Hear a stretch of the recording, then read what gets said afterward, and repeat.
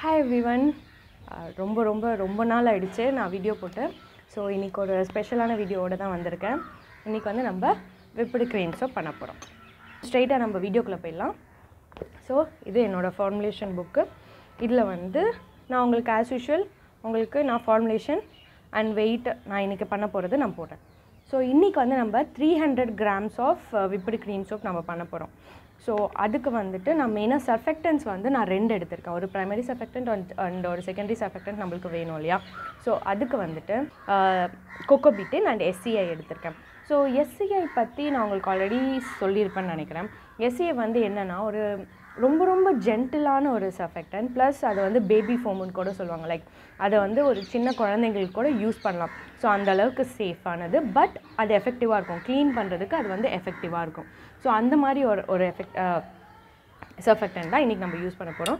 So அதுக்கு வந்து நான் இன்றைக்கி ஒரே ஒரு கிளாஸ் பீக்கர் தான் எடுத்திருக்கேன். இது ரொம்ப ஈஸியானது. எல்லாத்தையும் போட்டுட்டு டபுள் பாயிலரில் வச்சிடணும், அவ்வளோதான்.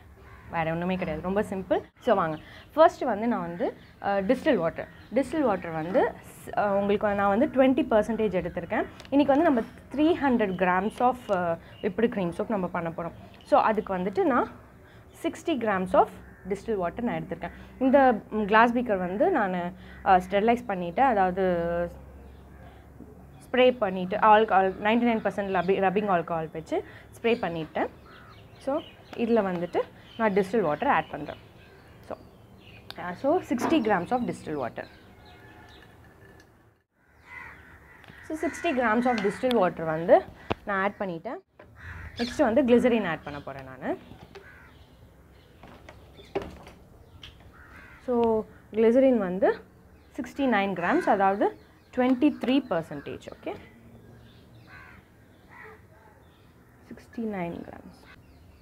ஸோ இதில் வந்து கிளிசரின் பர்சன்டேஜ் பார்த்திங்கன்னா ரொம்ப ஹை, 23% இதில் இருக்குது.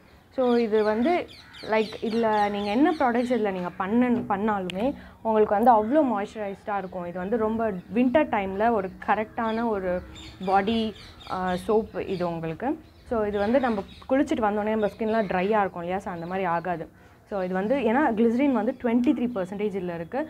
அண்ட் வாஷ் ஆஃப் ப்ராடக்ட்டில் கிளிசரின் வந்து ஹை கண்டென்ட் நம்ம யூஸ் பண்ணலாம். அது வந்து நல்லாவே நம்மளுக்கு ஸ்கின்னை வந்து ரீட்டைன் பண்ணி மாய்ஸ்சர் ரீட்டைன் பண்ணுறதுக்கு நல்லா யூஸ்ஃபுல்லாக இருக்கும். ஸோ நெக்ஸ்ட்டு வந்துட்டு நான் கோகோ பீட்டைன்னா அதுதான் surfactant, coco betaine and SCI. So first வந்து நான் SCI வந்து ஆட் பண்ணிக்கிறேன்.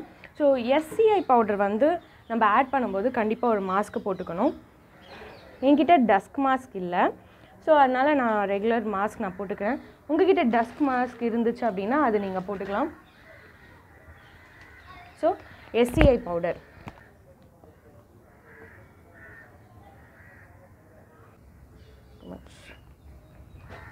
ஓகே. SCI வந்து நான் 31%, அதாவது 93 grams நான் ஆட் பண்ணியிருக்கேன். இது SCI வந்து நார்மலாக நீங்கள் வந்து வாட்டரில் டிசால்வ் பண்ணணும்னு நினச்சிங்கன்னா டிசால்வ் ஆகாது. ஸோ SCIக்கு ரொம்ப பெஸ்ட்டு ஃப்ரெண்டு வந்துட்டு coco betaine. So coco betaine வந்து என்னென்னா நம்மளுக்கு 2 சர்ஃபெக்டண்ட்டாகவும் வந்து இங்கே செகண்டரி சர்ஃபெக்டண்ட்டாகவும் நம்மளுக்கு இங்கே வேலை செய்யும். அது இல்லாமல் SCI வந்து கரெக்டாக டிசால்வ் ஆகி நம்மளுக்கு அந்த க்ரீம் சோப் நம்மளுக்கு வர்றதுக்கும் இது யூஸ் ஆகும். ஸோ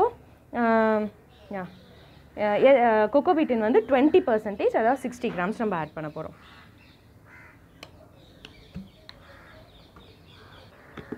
ஸோ SCI வந்து நம்மளுக்கு மிக்ஸ் ஆகிற வரைக்கும் மாஸ்க் போட்டுக்கோங்க, பிகாஸ் அது இன்ஹேல் பண்ணக்கூடாது. ஏன்னா SCI வந்துட்டு லைக் ரொம்ப ஃபைன் பவுடராக இருக்கும். இப்போ நூடுல் ஃபார்ம்லேயும் கிடைக்கும் SCI சர்ஃபெக்டன்ட்டு. அது நீங்கள் வாங்கினீங்கன்னா பிரச்சனை இல்லை, நம்ம அப்படியே இது பண்ணிக்கலாம். பட் அது டிசால்வ் ஆக கொஞ்சம் டைம் ஆகும். அண்ட் பெரிய டிஃப்ரென்ஸ் ஒன்றும் கிடையாது, அந்த வெறும் அந்த டெக்ஸ்சர் மட்டும்தான் டிஃப்ரெண்ட்டாக இருக்கும். ஸோ நெக்ஸ்ட்டு வந்து நம்ம ஸ்டீரிக் ஆசிட் ஆட் பண்ண போகிறோம். ஸோ ஸ்டீரிக் ஆசிட் எதுக்கு அப்படின்னா, ஸ்டீரிக் ஆசிட் நம்ம ஸ்கின்னுக்கும் ரொம்ப நல்லது, ப்ளஸ் அது வந்து அந்த க்ரீமி டெக்ஸ்சர் கொடுக்கறதுக்காக ஸ்டீரிக் ஆசிட் நம்ம ஆட் பண்ணுறோம். ஸ்டீரிக் ஆசிட் நான் வந்து 5% ஆட் பண்ணியிருக்கேன். சப்போஸ் நீங்கள் இது வந்து ஒரு சின்ன பேட்சாக நீங்கள் பண்ணுறீங்க, உங்களுக்கு வந்து சின்ன பேட்சாக ஃபஸ்ட்டு பண்ணி பாருங்கள், உங்களுக்கு வந்து அந்த திக்னஸ் இன்னும் பத்தலை அப்படின்னா நீங்கள் வந்து ஸ்டீரிக் ஆசிட் பர்சன்டேஜை வந்து இன்க்ரீஸ் பண்ணிவிட்டு டிஸ்டில் வாட்டர் பர்சன்டேஜை நீங்கள் அதில் கால்குலேட் பண்ணிக்கோங்க, மேட்ச் பண்ணிக்கோங்க. ஸோ ஸ்டீரிக் ஆசிட் வந்து 5%. So 15 grams of stearic acid நான் ஆட் பண்ணுறேன். Okay, 15 grams of stearic acid. So வச்சு நான் ஃபஸ்ட்டு மாஸ்க் போட்டுக்கிறேன்.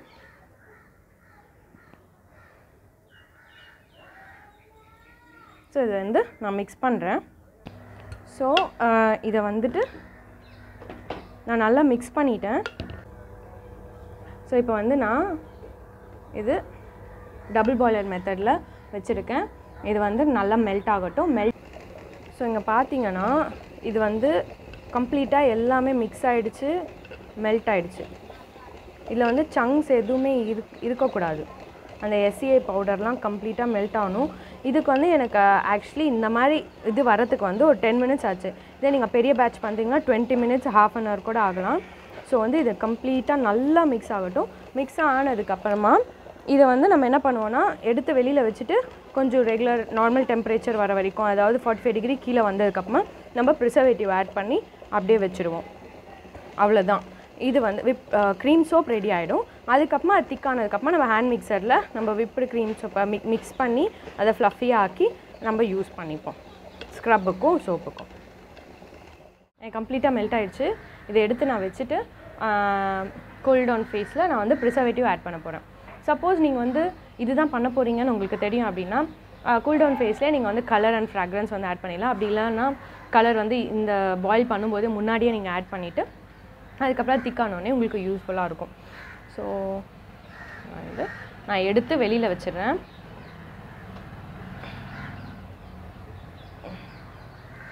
ஸோ இது கூல் ஆகட்டும். இப்போ பார்த்தீங்க அப்படின்னா ஒரு லோஷன் கன்சிஸ்டன்சியில் இருக்குது. இது வந்து நம்ம ஸ்டீரிக் ஆசிட்லாம் ஆட் பண்ணிக்கனால நல்லா க்ரீம், நல்ல திக்கான டெக்ஸ்டரே வரும் நம்மளுக்கு.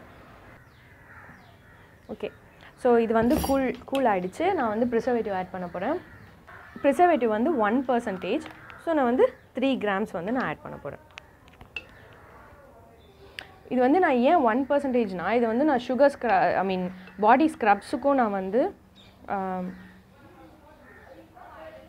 யூஸ் பண்ணுவேன் இந்த விப்டு க்ரீம் சோப்பை. அதனால் நான் 1% ஆஃப் ப்ரிசர்வேட்டிவ் ஆட் பண்ணுறேன். கொஞ்சம் நல்ல ப்ராட் ஸ்பெக்ட்ரம் ப்ரிசர்வேட்டிவ், நல்ல இது வாட்டர் கூட எப்போவுமே வந்து கான்ஸ்டண்ட்டாக வந்து இதுக்கு கனெக்ஷன் இருக்கும். ஸோ அதனால் நான் வந்து 1% ஆஃப் ப்ரிசர்வேட்டிவ் ஆட் பண்ணுறேன். ஏன்னா பாத்ரூமில் வச்சு இப்போ சுகர் ஸ்க்ரப்பாக நம்ம வந்து கொடுக்குறோம் அப்படின்னா கஸ்டமர்ஸ் வந்து அப்படியே ஈர கையிலேயே வச்சு எடுப்பாங்க அந்த ஸ்க்ரப்பை. ஸோ அதனால் ஸோ அவ்வளோதான். இது இப்படியே வந்துட்டு நீங்கள் ஒரு ஃப்ராக்ரன்ஸை வந்து ஆட் பண்ணிவிட்டு ஒரு கலர் ஆட் பண்ணிட்டு க்ரீம் ஃபேஸ் வாஷாக இதை வந்து கொடுக்கலாம் கொஞ்சமாக. அப்படி இல்லைனா வந்து ஒரு ஜாரில் அழகாக வந்து 2-3 கலர்ஸ் வந்து இது அப்படியே பிரிச்சுட்டு 2 கப்பில் ஒரு கப்பில் வந்து யூனிகார்ன் சுகர் ஸ்க்ரப் பண்ணியிருந்தேன் இல்லையா.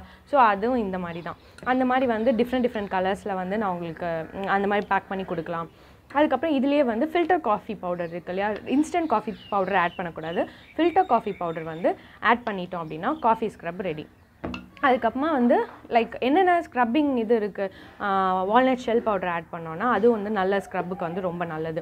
ஸோ இந்த மாதிரி இது எவ்வளோ ஆட் பண்ணோம் அப்படின்னு பார்த்தீங்கன்னா 50% சிலது வந்து ஆட் பண்ணலாம், சிலது வந்து 25% நம்மளுக்கு தேவையான எவ்வளோ திக்னஸ், எவ்வளோ எக்ஸ்ஃபோலியேட்டிங் எஃபெக்ட் நம்மளுக்கு வேணுமோ அதுக்கேற்ற மாதிரி நம்ம வந்து அதை ஆட் பண்ணி மிக்ஸ் பண்ணி நம்ம கன்சிஸ்டன்சி நம்ம பார்த்துக்கலாம்.